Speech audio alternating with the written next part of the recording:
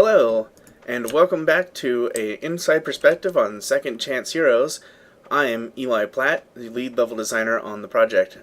And here before us we have the very final level of the Mall, the Menace of the Mallrog, Part 2. And so at this point I think I've really pretty much said everything about the Mall, hopefully. If I forget anything, it might appear in the Lost Levels series that I'll be doing later on, or if it is already later on, then search around my channel and it should be there. So, anyway, here we are in the final level of the Mall.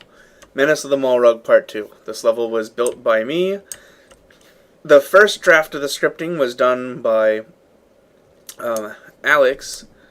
For some reason I am drawing a blank on Alex's last name. Please forgive me, Alex. I know you probably will see this at some point and be like, that jerk, that Eli guy, forgot my last name. I want to say Brown. I don't have it in front of me. He's certainly in the credits. Look him up. He's a great guy. This level was done by Alex, the scripting wise anyway, first pass, and then later on I went through and cleaned it up and re-scripted a bunch of the level. Nothing wrong with anything that Alex did. Everything he did was great, but it was literally just a quick first draft of the level, and I came in and wrapped things up.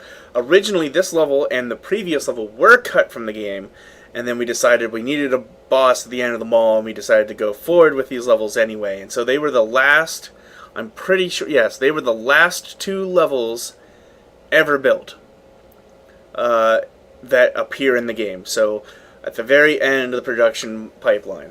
Not that they were intended to be there from the beginning at the end, but that's where they ended up, was at the end of the pipeline.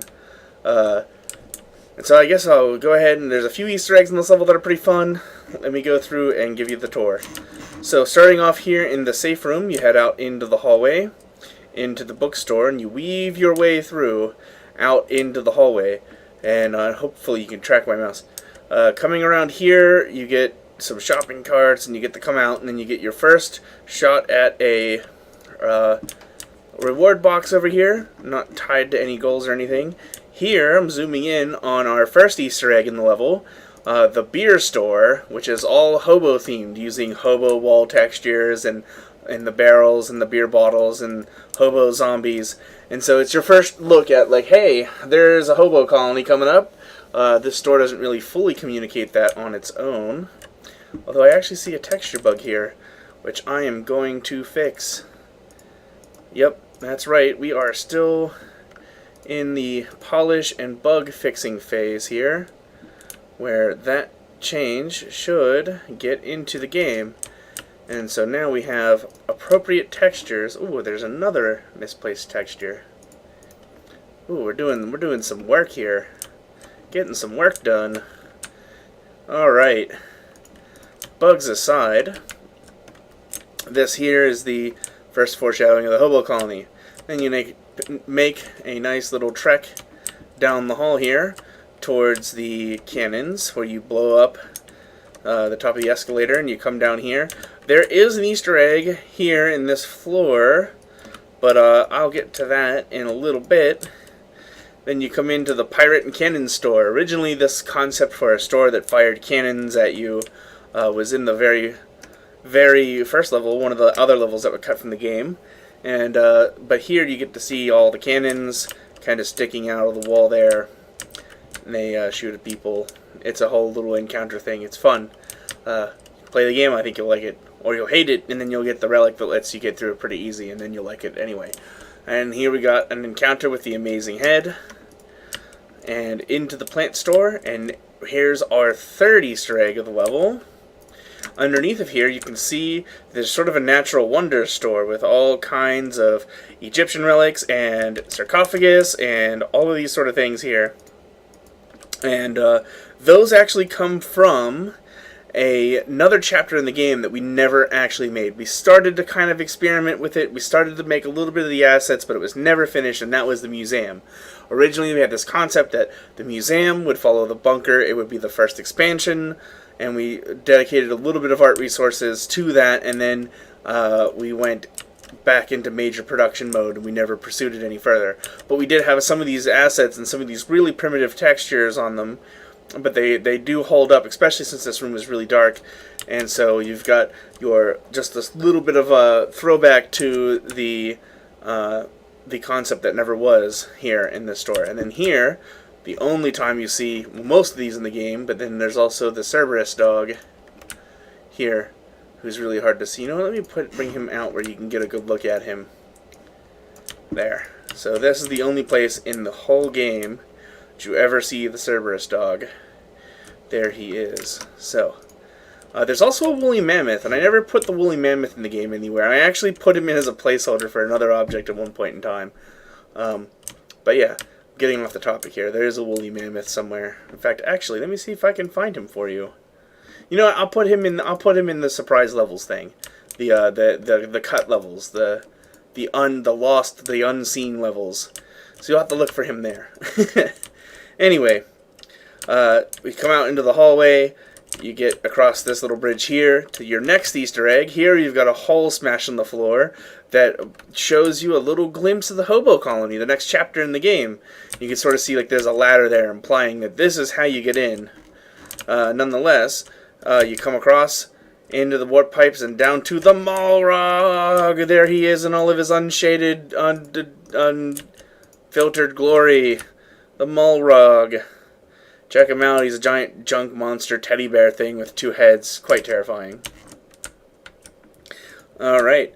So, the Mallrog encounter was originally, I think, scripted into the level by Dana, but it was also a placeholder, and I went back and re-scripted it, and then by their request, re-scripted it again and again and again until it was right.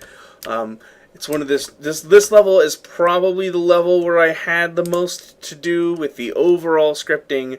I did a lot of scripting in the game, going back and re-scripting individual encounters and things. And while this level this level has, I think, the most widespread touch by me, because pretty much everything in the level was touched at some point, moved around. Oh, there's another Easter egg here that I completely forgot about. The Healing Hands. That's from another level in the store. It was going to, or another level in the game. It was going to be a major store and a major concept in one of the cut levels, and then we never covered it. Or we never did that level, so we never had it in the game. But here we have the Healing Hands store in the game for the only time it is. And I don't really know if you can actually even see it from anywhere in the level. So this video might be your only real chance to get a good glimpse at it. And there it is. Pharmaceutical goods and things. So, yeah, that's the Mallrog level. We've got some more level out here. You can see there's no abyss under here because you can never actually pan the camera out far enough to see that glimpse of the abyss. So, yeah, there's a lot of abyss in this level in that, like, you get to come up here and see the abyss, and then you get down here and you can see the abyss, and you fight the Mallrog on the edge of the abyss. But actually, you don't do a lot of hallway vision of the abyss. I mean, wanted all the vision in this level of the abyss to kind of be the ominous end of the world, the great nothing sort of abyss. And also, another thing about this level is it all sort of descends towards the Mallrog. And I don't know that you really get a sense of that when playing the level, but if I bring the camera down to the side here, you can see there's the hall you run across the first time, then you go down into this hall, and then you come down into here, and then you come outside, and then you ultimately drop down to the Mallrog. So you can see from the beginning of the level up here, all the way down to the Mallrog, there's actually a pretty significant drop in elevation there. And all the pipes and craziness going on. A little glimpse of the hobo colony over here too, but really only just mushrooms and things. So there's a underworld glimpse of the level. So yeah, 1162, Menace of the Mallrog Part 2. Last level of the mall. There's more levels of the mall, of course, in the videos of the levels that were cut from the game. I look forward to seeing you there. That'll be the last series that I do. So yeah. Tune in next time for the Hobo Colony. Will be the next playlist that I put up. And it's really exciting. It'll be the longest, so it'll actually... No, well... Yeah, I was going to divide it into 2 parts, but that was back when I was going to put them all in one video. So it'll be all one playlist, but all 12 levels of the Hobo Colony will be up next. Alright, thanks for watching.